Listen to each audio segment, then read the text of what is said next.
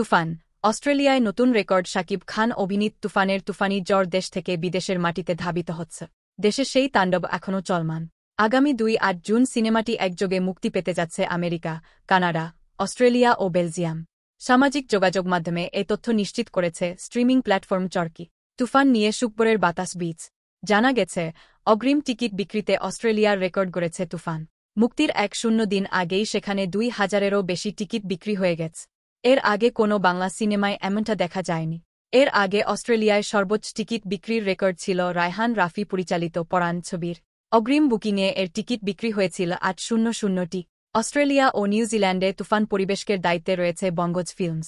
প্রতিষ্ঠানটি এক বিবৃতিতে বলেছে, অপ্রতিরোধ্য সাড়া পাওয়ার পরিপ্রেক্ষিতে বাংলাভাষী থিয়েটারে প্রথম সপ্তাহের প্রায় সমস্ত শোয়ের টিকিট বিক্রি হয়ে গেছে। দ্বিতীয় সপ্তাহের টিকিট শিগগিরই আমাদের ওয়েবসাইটে পাওয়া যাবে। প্রসঙ্গত, তুফান সিনেমা দেখার পর এমন কোনো দর্শক এখনও পাওয়া যায়নি যারা সিনেমাটির খারাপ রিভিউ দিয়েছে, এমনই দাবি প্রযোজকের। সিনেমাটি দেখার জন্য মধুমিতা হলে ভাঙচুর হয়েছে।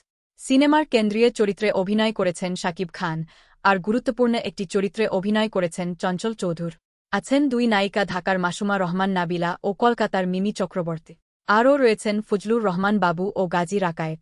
পুরোপুরি অ্যাকশন ধাঁচের এ সিনেমায় শাকিব খান একজন গ্যাংস্টারের চরিত্রে ধরা দিয়েছেন রূপালী পর্দার।